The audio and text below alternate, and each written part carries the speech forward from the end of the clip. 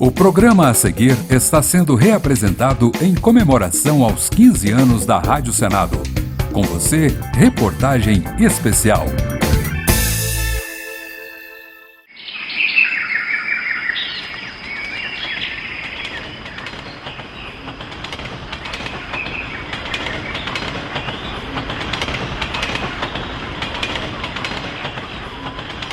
Com quantas vidas se constrói uma estrada? No caso da ferrovia Madeira-Mamoré, muitas, milhares.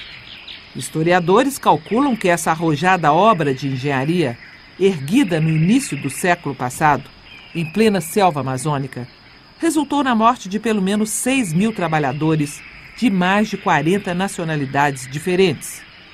Por um lado, uma epopeia feita de suor, sangue e boa dose de sacrifício e heroísmo. Por outro, um empreendimento internacional repleto de negociações diplomáticas e interesses capitalistas. Uma aventura trágica, cujas lendas e mitos ainda hoje ecoam pelas copas das árvores, igarapés, tribos e povoados da maior floresta tropical do planeta. A história da Estrada de Ferro, desde a saga de sua construção há 100 anos até o último apito de suas locomotivas, é o tema da reportagem especial.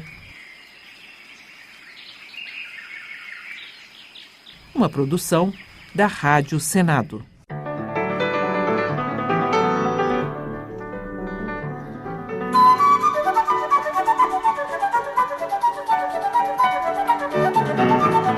Porto Velho, Rondônia, noroeste do Brasil. No início do século XX, um ponto esquecido no mapa, banhado pelas águas barrentas do Rio Madeira, entre o Amazonas e o Mato Grosso. Hoje, capital do estado, a cidade tem o seu nascimento ligado de forma umbilical ao canteiro de obras de uma estrada de ferro construída entre 1907 e 1912 e que funcionou até 1972. Nesse período de 60 anos, os trilhos da ferrovia Madeira-Mamoré uniram Porto Velho a Guajará-Mirim, fronteira do país com a Bolívia. Um percurso de 366 quilômetros que demorava quase um dia inteiro para ser vencido. Mas se a empreitada definitiva para erguer a obra teve início em 1907, a ideia de construir uma estrada de ferro na região é bem mais antiga. Um sonho acalentado principalmente pelos bolivianos que viam nesse projeto a alternativa mais eficiente para escoar sua produção de borracha até o mercado internacional, permitindo-lhes alcançar o rio Amazonas e, de lá, o Oceano Atlântico. A opção pelo transporte ferroviário foi escolhida porque, naquele trecho, o rio Madeira comporta uma série de cachoeiras, o que dificulta muito a navegação por embarcações de maior porte. Esse interesse ficou ainda maior depois que a Bolívia perdeu para o Chile sua ligação com o Oceano Pacífico, ficando isolada entre a floresta amazônica e a Cordilheira dos Andes. Na época, o país era um dos maiores produtores mundiais de borracha, matéria-prima muito valorizada pelos países ricos, mas vinha encontrando sérias dificuldades para exportar a produção. Também o governo imperial brasileiro já mostrara interesse em construir uma ferrovia margeando os trechos encachoeirados do Rio Madeira. É o que explica o professor e historiador Emanuel Gomes. Durante o governo de Dom Pedro II, que ocorre a Guerra do Paraguai, dentro daquele contexto, essas fronteiras do extremo oeste brasileiro estavam completamente desprovidas e ele vai vislumbrar na construção da ferrovia o povoamento da região e, consequentemente, tendo gente aqui, você vai ter aquele que vai defender a região. A Guerra do Paraguai acabou sem que houvesse uma maior ação do Paraguai nessa região e, realmente, a estrada de ferro será construída já no início da República Velha. Ainda no reinado de Dom Pedro II, ocorrem duas tentativas de tirar esse projeto do papel. Ambas da iniciativa boliviana e sob a coordenação do coronel George Church. Nascido em tradicional família norte-americana, Church era um engenheiro com larga experiência no setor e já havia trabalhado na construção de ferrovias nos Estados Unidos, no México e na Argentina. Em 1872, com o aval da Bolívia, Church levanta fundos junto a investidores ingleses e contrata a empresa Public Works para executar o empreendimento. No Rio de Janeiro, recebe de Dom Pedro II a autorização para as obras. A concessão determinava que o ponto inicial da ferrovia do lado do Rio Madeira deveria ser no povoado de Santo Antônio e o seu término em Guajará-Mirim, às margens do rio Mamoré. Segundo o jornalista e pesquisador Nelson Townes, o trabalho começou em 1872, mas as dificuldades encontradas na selva amazônica fizeram a iniciativa literalmente ir por água abaixo. A malária, a beriberi, as febres, os índios, a tuberculose, a selva destruiu os ingleses. Os navios deles afundavam quando chegavam em Santo Antônio. Batiam nos rosteiros e afundavam com locomotiva dentro, trem, tudo. E os ingleses não assentaram um único metro de trilho. Os poucos sobreviventes dos ingleses aqui chegaram em Londres, em farrapos, abalados, e abriu-se um processo judicial contra o Coronel Churchill. A imprensa noticiou o escândalo. Há uma frase de um juiz dizendo: ali é um antro de podridão onde os homens morrem como moscas e nem com todo o dinheiro do mundo se conseguirá construir a ferrovia. Apesar desse fracasso, o Coronel Churchill novamente volta à carga. Desta vez, busca recursos nos Estados Unidos e contrata a empreiteira norte-americana P&T Collins para construir a ferrovia na Amazônia. Já naquela época, segundo Nelson Townes, Churchill soube utilizar muito bem o poder da mídia para fazer avançar o seu projeto. Nisso, os Estados Unidos viviam pós-guerra da recessão, com milhares de desempregados. Churchill vai à imprensa americana e publica nos principais jornais norte-americanos notícias dizendo que aqui, nessa terra de Rondônia, o ouro estava à flor da terra. As riquezas de Rondônia faziam palidecer as riquezas da Califórnia e da Austrália. Então, 80 mil americanos desempregados compareceram ao escritório da Madeireira Mamoré para pedir emprego para vir ao Brasil. Procurando atuar de forma mais estruturada do que na tentativa de 6 anos antes, em 1878, George Churchill contrata alguns dos principais técnicos norte-americanos do setor de engenharia para vir ao Brasil e levar adiante aquele que seria considerado o primeiro empreendimento multinacional dos Estados Unidos da América. E reuniu uma elite de técnicos. E os jornais diziam assim mesmo: pela primeira vez na história americana, um grupo de patrícios nossos sai para fazer um empreendimento técnico fora do nosso país. Ou seja, a Madeireira Mamoré foi a primeira multinacional norte-americana, Madeireira Mamoré.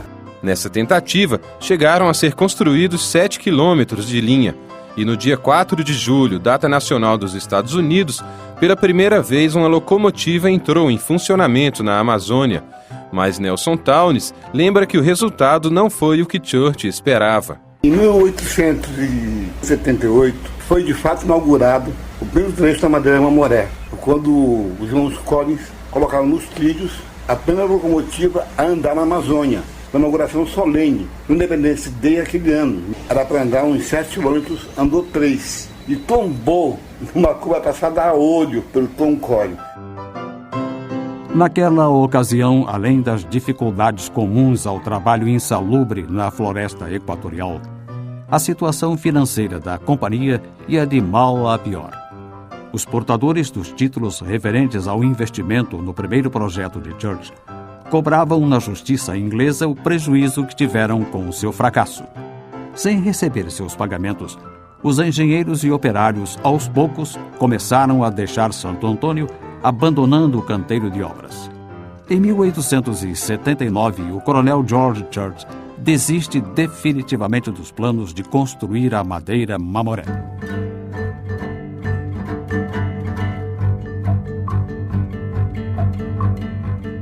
Mas o Brasil e a Bolívia continuam as negociações em torno da estrada de ferro. Dom Pedro II envia comissões técnicas de engenheiros para analisar o melhor traçado. Uma delas, a Comissão Morton, chega à conclusão de que, do lado do Madeira, a ferrovia deveria ser iniciada não em Santo Antônio, mas no local até então conhecido como Porto Velho dos Militares, 7 quilômetros rio abaixo, onde durante algum tempo funcionara uma antiga base de soldados brasileiros. Em novembro de 1889, porém, veio a proclamação da República e Dom Pedro II e sua família seguiram para Portugal sem que a estrada de ferro fosse construída. No início do século XX, explode o comércio da borracha e, juntamente com ele, a questão do Acre, então um pedaço do território boliviano chamado Aquiri, ocupado em boa parte por seringueiros brasileiros. Para evitar um conflito maior, o governo brasileiro faz uma oferta objetiva por aquela área. O Brasil pagaria à Bolívia o valor de 2 milhões de libras esterlinas e assumiria o compromisso de finalmente construir a tão sonhada estrada de ferro para o país vizinho. Esse acordo diplomático, assinado em 1903, ficou conhecido como Tratado de Petrópolis, como informa a professora e historiadora Ieda Bozarkov. O Brasil se comprometia a construir uma ferrovia que ligasse os trechos encaixorados do Madeira e do Mamoré, visando o escoamento do produto comercial da Bolívia, principalmente a borracha. Através desses dois rios, o produto boliviano alcançaria o Rio Amazonas e do Amazonas o Atlântico.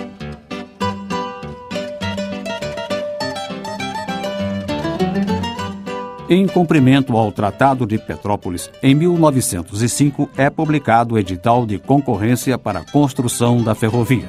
Quem vence a disputa é o engenheiro Joaquim Catrambi, do Rio de Janeiro, que logo em seguida repassa a concessão para o norte-americano Percival Farquhar.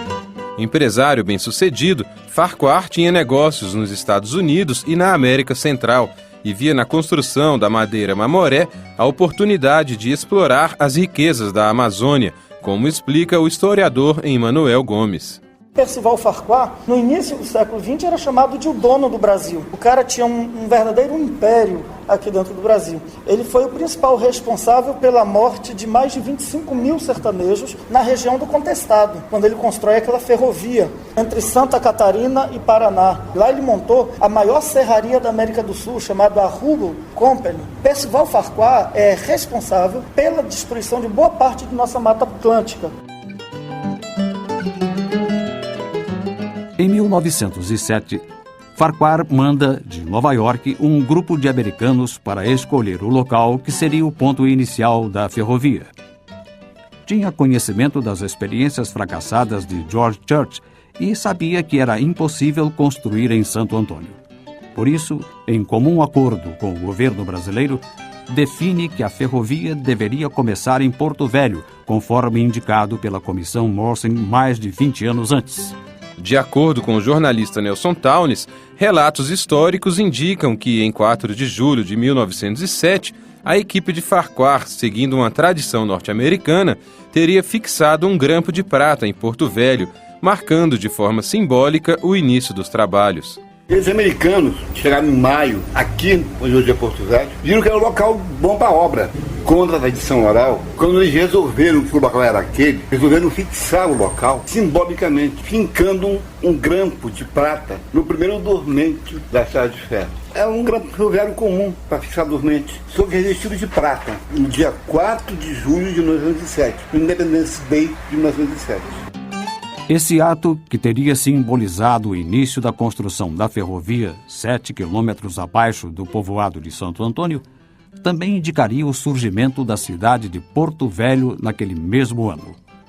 Porém, até hoje, essa é uma das maiores controvérsias presentes na história, tanto da madeira Mamoré quanto do próprio município de Porto Velho. Segundo o pesquisador Antônio Cândido, criador da bandeira e do brasão oficiais do município, não há comprovação histórica da existência desse grampo de prata.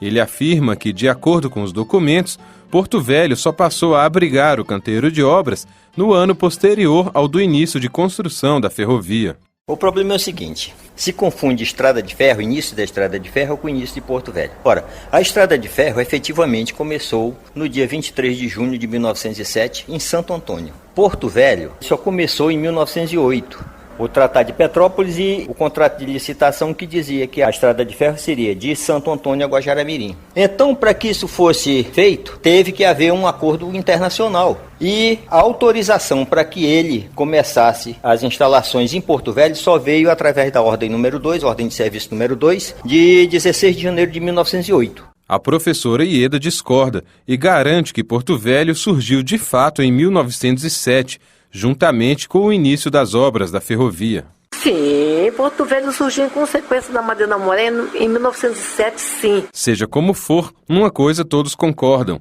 De 1907 a 1912, foi de fato construída, sob coordenação norte-americana, a estrada de ferro Madeira-Mamoré, ligando Porto Velho a Guajará-Mirim.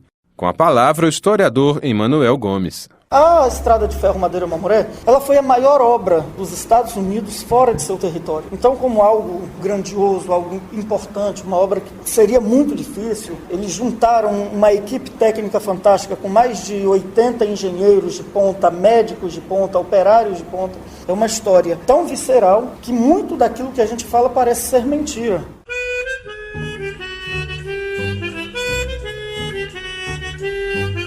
Os primeiros trabalhadores chegam ao ponto inicial das obras em junho de 1907 e logo começam a bater as primeiras estacas. Imediatamente se dão conta das dificílimas condições de sobrevivência que terão de enfrentar para executar aquele trabalho. Os equipamentos são escassos, os suprimentos igualmente limitados. Os insetos, o calor, a umidade, a falta de saneamento e a precariedade do acampamento formam o cartão de visitas apresentado pela floresta a esses técnicos.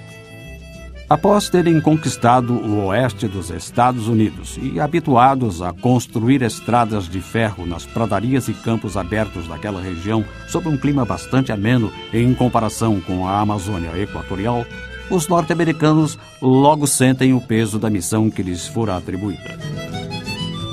Proprietário da Madeira Mamoré Railway Company, empresa fundada especialmente para a empreitada, Percival Farquhar nunca esteve pessoalmente em Porto Velho. Mesmo assim, é ele quem, tão logo percebe as dificuldades para a realização das obras, desenha a planta de uma cidade naquele lugar, um acampamento para os técnicos norte-americanos envolvidos no empreendimento. É o que conta Nelson Townes. Quando o Farquhar comprou a concessão, ele desenhou no Rio de Janeiro uma cidade. Ele desenhou um acampamento para os americanos, com casas confortáveis, com telas para evitar mosquito. E aqui foi criada uma cidade moderníssima para a época. A cidade tinha água encanada, luz elétrica dia e noite, telefone, lavanderia automática, gráfica, cinema. A cidade americana, só falava inglês aqui. Tinha 1.000 habitantes, todos americanos. O primeiro jornal, Porto Velho, foi The Porto Velho Times. É nessa época da construção que chegam a Porto Velho as 3 caixas d'água que viriam a se tornar símbolo da cidade, trazidas pela companhia construtora e que hoje estampam a bandeira do município. Para o criador da bandeira, Antônio Cândido, esses objetos representam a força e a resistência daqueles que ajudaram a erguer Porto Velho. Quando eu passei em frente às caixas d'água, gente, puxa vida, isso aqui, na época eu já tinha tentado desmontar, já tinha tentado vender como ferro velho, tinha tentado fazer um monte de coisas com a caixa d'água e ninguém conseguiu, quer dizer, ela passou a representar um símbolo de resistência histórica para mim, né? Eu disse, pronto, é isso aqui. E fiz então utilizando a caixa d'água como símbolo, né? Por quê? Porque faz parte da história do início de Porto Velho, do início do estado, que é a estrada de ferro Madeira-Mamoré.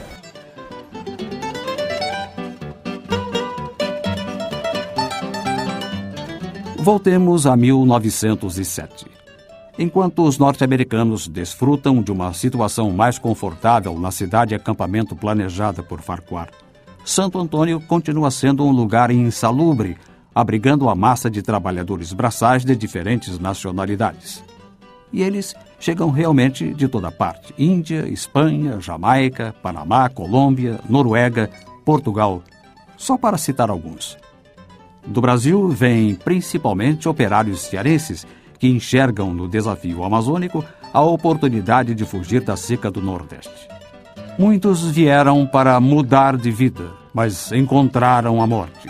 como relatam Nelson Townes e Emmanuel Gomes. Essa obra tem um caráter mundial, Madeira Mamoré. Já operários do mundo inteiro, da China, da Índia, da Grécia, de toda a Europa, mas os cearenses.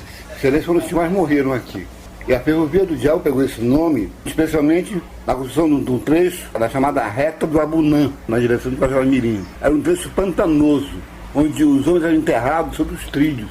Havia uma lenda que, quando o trem passava, os fantasmas dos operários mortos ficaram na beira do trilho, fazendo sinais para o trem parar, para prosseguir a viagem com a passagem comprada com a própria vida.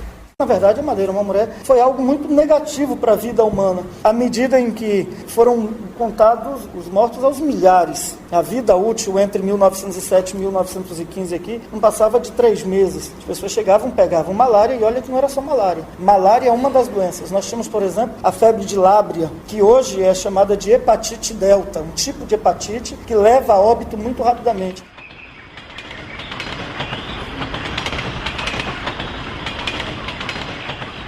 Daqui a pouco, apesar das dificuldades, a ferrovia Madeira-Mamoré é concluída e durante 60 anos transporta passageiros e mercadorias entre Porto Velho e Guajará-Mirim. Você está ouvindo a reapresentação do programa Reportagem Especial, em comemoração aos 15 anos da Rádio Senado.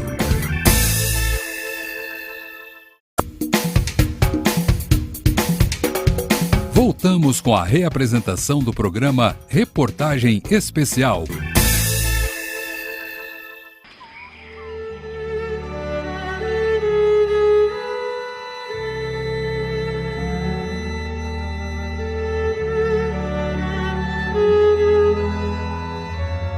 No mesmo ano em que começa a construção da ferrovia, é construído entre Santo Antônio e Porto Velho o Hospital da Candelária.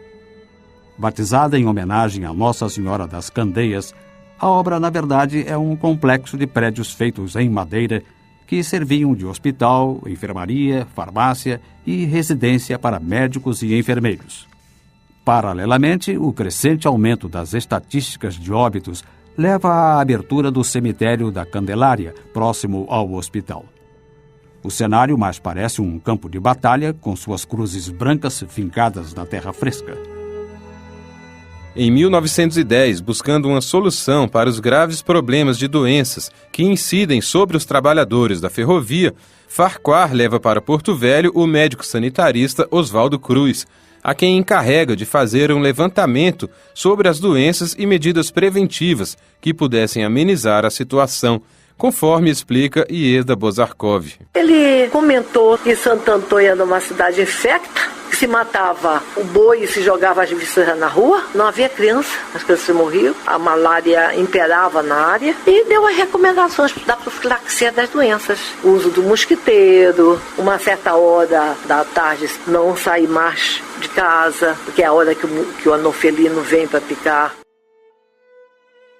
Além das doenças causadas principalmente pelos mosquitos, os trabalhadores da Estrada de Ferro Madeira-Mamoré têm de aprender a conviver com os índios. Conviver num sentido bastante figurado, uma vez que há relatos históricos de que as tribos locais teriam sido dizimadas durante a obra. Alguns autores chegam a dizer que os construtores decidiram eletrocutar os trechos já prontos da estrada para que os índios morressem ao atravessá-los. Que houve matança hoje. Quando o índio retrucava matando, é porque estava já se defendendo. O índio não ia matar por matar, não, de maneira alguma. Os caritianas, caripunas, em Guajará-Mirim, os pacas novos. O professor Emmanuel Gomes destaca ainda o impacto que os forasteiros sofreram diante de um mundo totalmente diferente para eles. Nessa região nós temos os Mura, que era a tribo mais valente, alguns historiadores dizem que é a tribo mais guerreira do Brasil. E os Mura habitavam essa região junto com outras tribos e vão ser afrontadas com a construção da Madeira Mamoré e obviamente vão reagir. Então imagine o espanto que era para eles viver um mundo tão diferente, tão exótico, tão quente, tão distante, isolado de tudo, né? Quem vinha para cá, uma certeza tinha, dificilmente conseguiria voltar.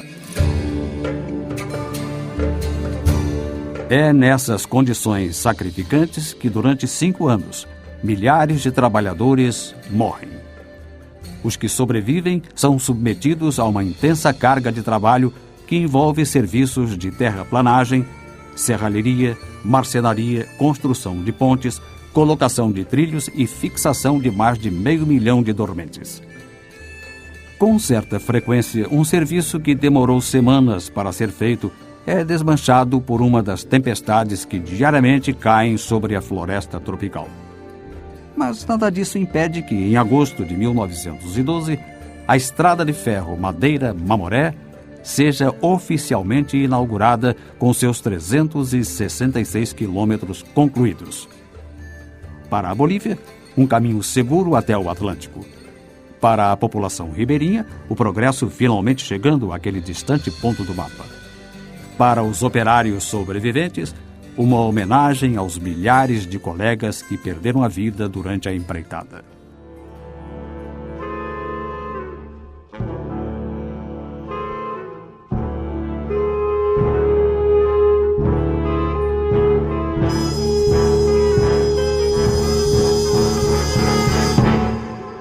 Como vimos, é fácil perceber que desde o seu início, tudo o que envolve a Madeira-Mamoré abrange elevada carga de dramaticidade. Uma situação que parecia chegar ao fim com a sua inauguração. Mas a realidade mostrou-se diferente. Logo após a ferrovia entrar em funcionamento, chega-se à constatação de que a borracha boliviana perdera competitividade no mercado para o produto da Malásia. Segundo Nelson Townes e Emanuel Gomes, essa queda foi resultado de uma ação de biopirataria comandada pela Inglaterra. Depois do pau-brasil, foi o segundo grande ato de biopirataria que o Brasil sofreu. O Jardim Botânico de Londres enviou um ladrão para cá para roubar semente, milhares de sacos de semente de seringueira. Os ingleses plantavam seringais na Malásia, organizados, permitia colher a borracha de uma forma mais rápida e mais barata. As mudas de seringueiras elas foram contrabandeadas no final do século XIX. 1910 foi o ano em que mais se vendeu borracha amazônica para a Europa e para os Estados Unidos. E já em 1912 nós temos a primeira grande queda e a partir daí a borracha perde o significado dentro desse projeto e não há um outro produto que pudesse substituí-la. Mas nem por isso a obra deixa de ter importância para a gente da região.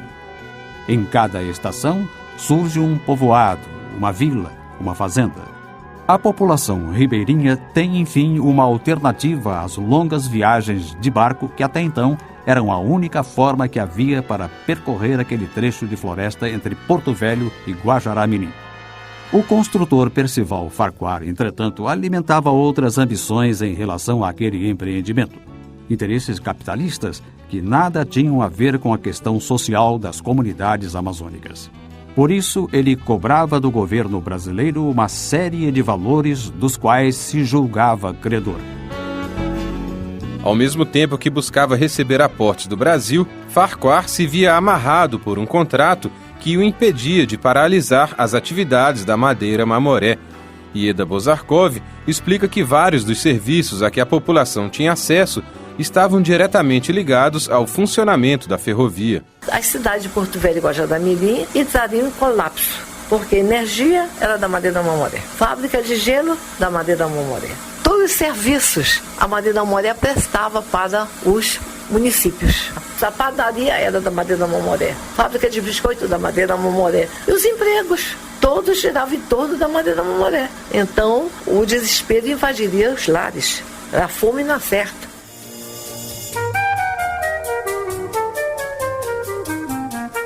Em 1931, Getúlio Vargas, recém-chegado à presidência da República, decide nacionalizar a Madeira-Mamoré e nomeia para administrá-la o coronel Aloísio Ferreira, militar que havia participado da Coluna Prestes e que depois fixara residência na região. Todos os anos eles pediam, a companhia pedia para o governo brasileiro um suprimento, dizendo que era deficitário. Em 31 acabou. Aloísio Ferreira provou que já não estava usando com boa intenção. Eles queriam muito lucro, claro. Farquhar era um empresário de sucesso. E em 1931 passou para a administração brasileira.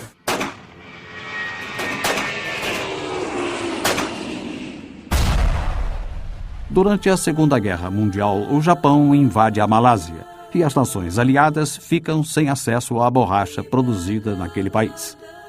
Logo, a estrada de ferro Madeira-Mamoré novamente ganha importância internacional e se transforma em alternativa estratégica para transportar borracha da Bolívia para os aliados. Hábil negociador, Getúlio Vargas propõe um acordo. O Brasil permitiria que a ferrovia fosse utilizada para essa finalidade, mas, em troca, receberia investimentos dos países ricos para a industrialização nacional.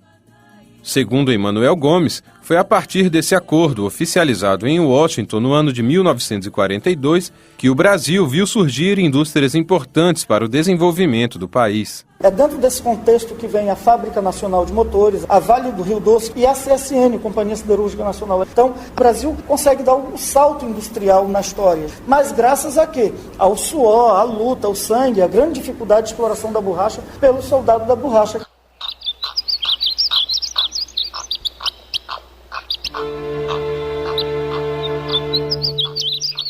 Terminada a Segunda Guerra Mundial, a estrada de ferro Madeira-Mamoré volta à sua rotina de atividade deficitária do ponto de vista econômico, cumprindo principalmente uma função social para o transporte de passageiros e mercadorias. Testemunha viva desse período, o ferroviário aposentado Oscar Lima Ferreira relembra com saudades o tempo em que foi funcionário da Madeira-Mamoré. Eu trabalhei no Arara, que é 259, trabalhei no Abunã, 220, trabalhei tirando licença 202 de feitores. O trabalho era capinação, distribuição de dormente, roço, manutenção da linha, né? A vida boa, a gente trabalhava tranquilo, não tinha nada de aperreio pra nós, não. Quando faltava uma coisa de carne, a gente ia o mato, matava uma caça, não era proibido como hoje, né? E ia bem, graças a Deus, tinha um garapé pra pescar.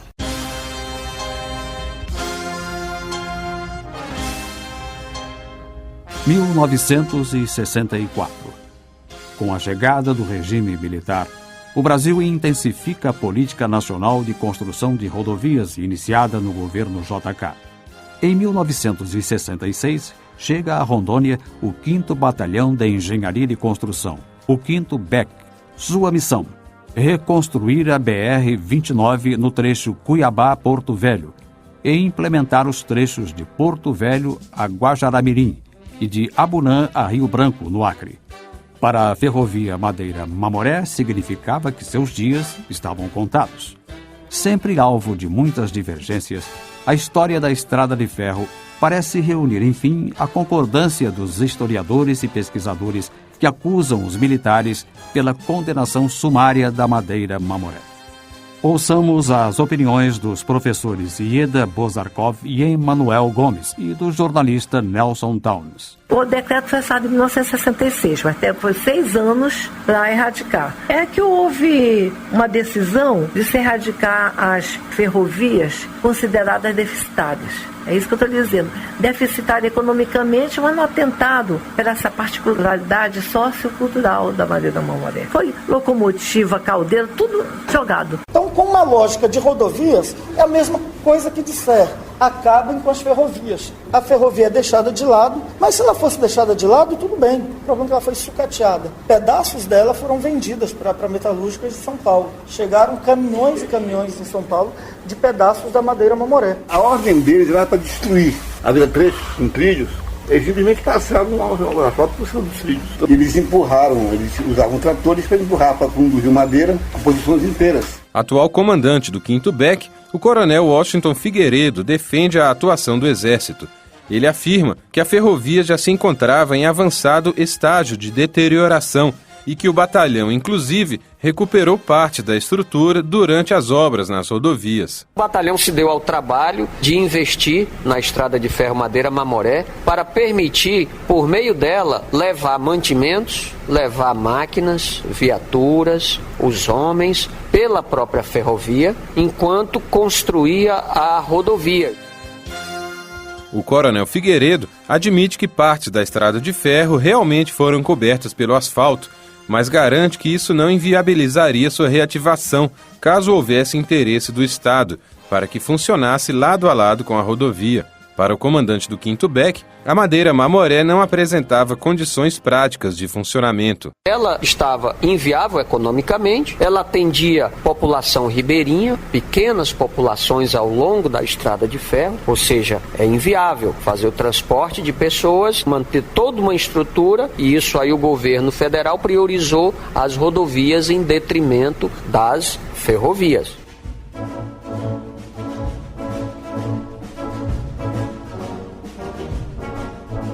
Questões econômicas e polêmicas à parte, o fato é que a madeira Mamoré representou muito para quem conviveu com ela, como é o caso do seu Oscar, que durante 19 anos trabalhou na manutenção da ferrovia e até hoje mora numa casinha ao lado da desativada estrada de ferro.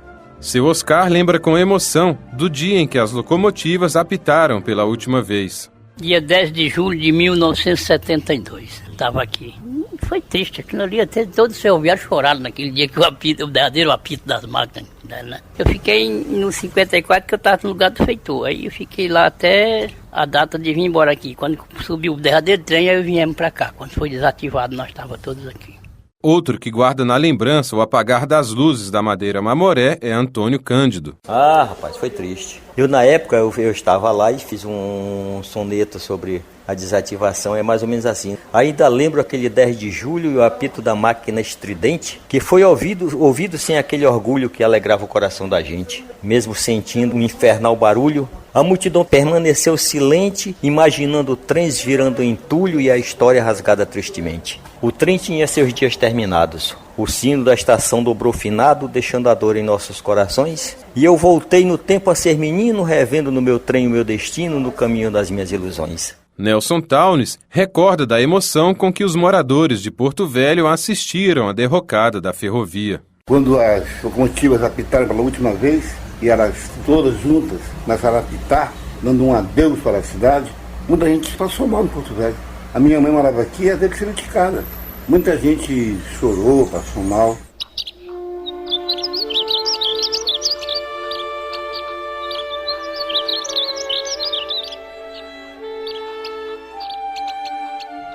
De uma ponta à outra do que um dia foi a estrada de ferro, ainda hoje é possível encontrar diversos vestígios da madeira Mamoré. Em Guajará-Mirim, a estação se encontra bem conservada, com um pequeno museu funcionando em seu interior. Ao longo do percurso, também restaram algumas pontes metálicas que datam do início do século XX e que testemunham a eficiência da engenharia da época. Também é possível encontrar trilhos dentro de fazendas, estações abandonadas e locomotivas jogadas na beira da ferrovia, com a mata tomando conta de suas carcaças de ferro.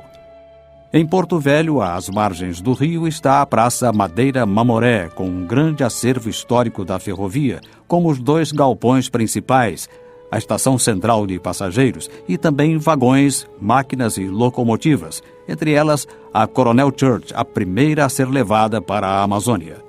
No final do ano de 2006, o acervo foi finalmente tombado pelo Instituto do Patrimônio Histórico e Artístico Nacional, o IPHAN.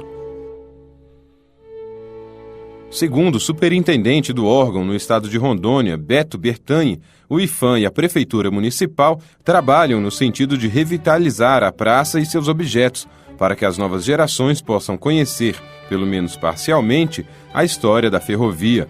Ele acrescenta que também estão sendo realizados esforços para incorporar outros trechos da estrada ao patrimônio nacional. Olha, esse tombamento demorou 18 anos para ser realizado, ou seja, o trecho mais significativo, vamos dizer assim, da Madeira Mamoré. Mas eu acho que ainda cabe adicionar essas pontes e a estação de Guajará-Mirim, que é representativo da época também. A riqueza de Rondônia é seu patrimônio cultural, com certeza.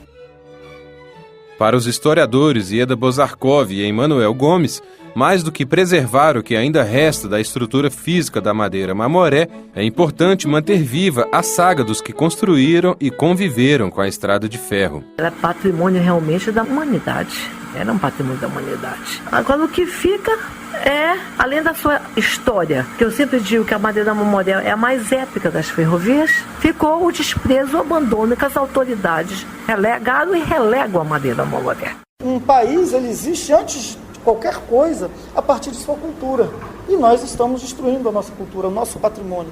Se um dia você chegar aqui em Porto Velho e nós não tivermos mais aqueles galpões, aquelas locomotivas, eu não acho que há problema. Fisicamente pode morrer, não pode morrer a cultura, a história que foi produzida em torno dela. Isso tem que ficar. Alguém, quando falar de Porto Velho, terá que falar dessa ferrovia.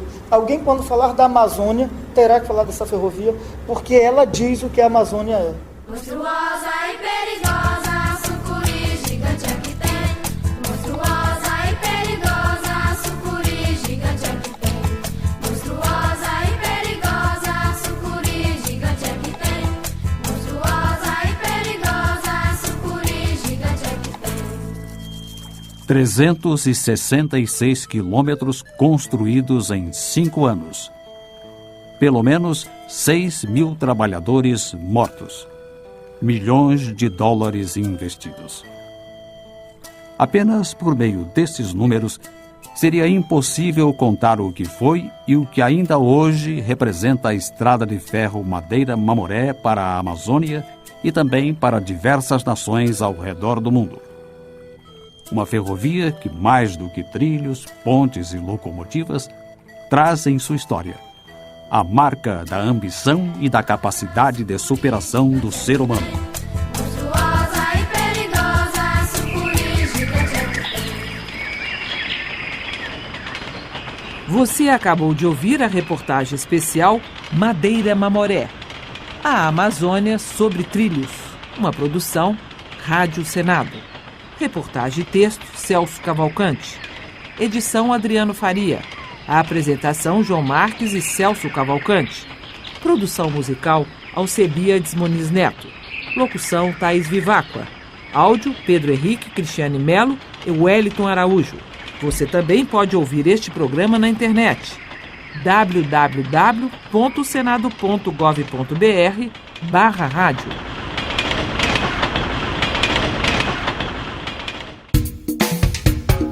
Você ouviu a reapresentação do programa Reportagem Especial, em comemoração aos 15 anos da Rádio Senado.